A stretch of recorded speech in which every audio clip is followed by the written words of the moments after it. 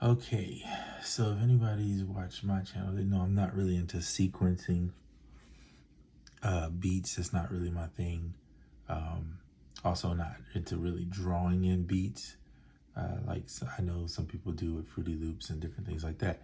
I have nothing against it. It's just not my thing, and I'm not generally skilled at making it sound good anyway, because I always feel like I want to feel natural, and so I would prefer to drum the sound in, and I still feel that way. But one of the things I'm learning with the OP-1 has helped me with is to embrace that idea of sequencing, that it can be okay, and you can still come up with some cool rhythms and things of that nature. So these are the sequences that you see on screen, which is the arpeggio, the endless, the finger, the pattern, the sketch, and the tombola. I typically only use the finger. Occasionally I might mess with the endless sequencer, but I actually like the pattern sequencer. So this is what it looks like. So you'll see it looks like a grid, basically like if you saw MIDI notes, and that'd be the grid. That's kind of what it is. The 65% is what I set the swing to. The erase is if you hold down shift and move this, you can erase the whatever mistakes you make or whatever you want to fix. And then the hold allows it to just play, right? And then you can move across wherever you want on that particular grid. The challenging part is with a grid, obviously, is creating a groove that still sounds like it was played, because it can become very robotic sounding. And of course, this is not like, I'm not gonna sit here and say this is the best ever. It's just not. Okay, it's what it is. I still think the pattern sequencer is still better, but what I would love to see TE do eventually is lengthening the opportunity to have more than one bar. So this is basically like a bar, right?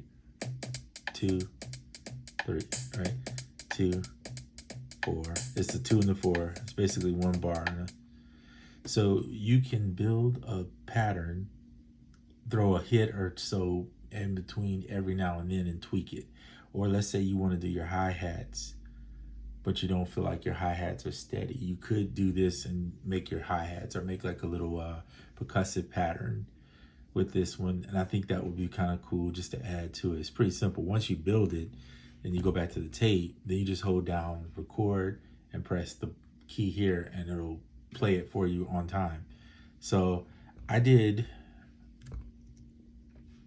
though this is my fourth, what would I call this? My turnaround pattern, so to speak.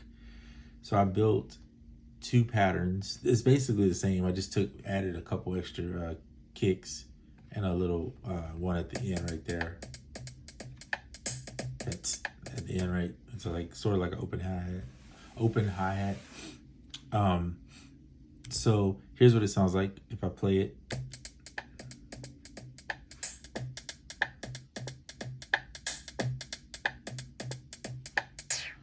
Before I do that, I just thought about something. I have the metronome on. I'm gonna turn that off, because when you're doing the pattern stuff, you don't really need the click, because you're actually already on time. So let's go back here.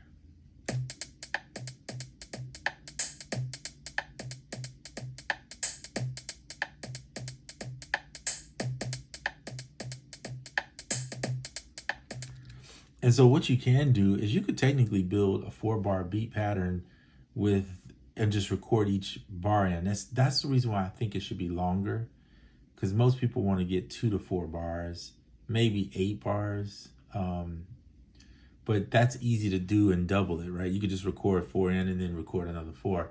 But I would like to see it where it could go at least maximum to 4 bars that you could record.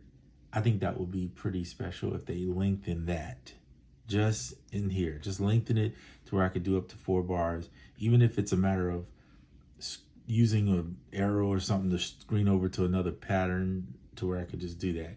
That would make this pattern thing a little bit better and more useful, versus having to go in each time you want to change something, you got to tweak it.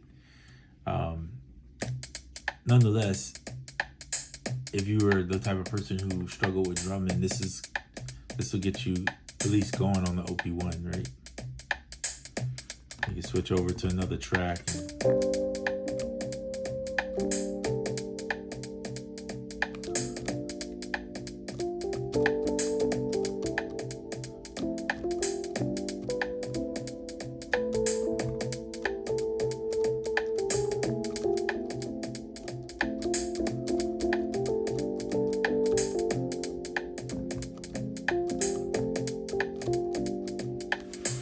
So you could see how you could use something like that to at least get you going musically. And then if you want to later, you know, after you got in your chords and your extra parts, you could bring it into your DAW, whatever you want to do, and then add better drumming if you want. But it was just the point that I never really mess with it because I typically don't use that. I'll most of the time, 9 times out of 10, turn it off, go to the drums, and right, and I'll sit there and drum it. What is this pattern? And this is a built-in kit, by the way. It's called Grits. It sounds like it's got a little grit to it, like a little distortion.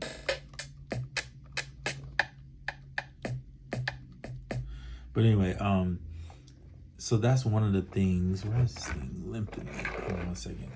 It's this table. So that's one of the things that I am messing with. And so I just wanted to show that really today. That's it. You can use this, and maybe I'll do another one. I'll show you how I use the other one, which is the finger drumming. And what's cool about this one is you could create 2 different patterns. So technically, like this one, you could have one pattern playing the drums. This is almost like having the 2, right? And then you have the second finger, which could have another pattern, totally different pattern on there. So at least or you can play them simultaneously and join them together in perfect timing. Let me see.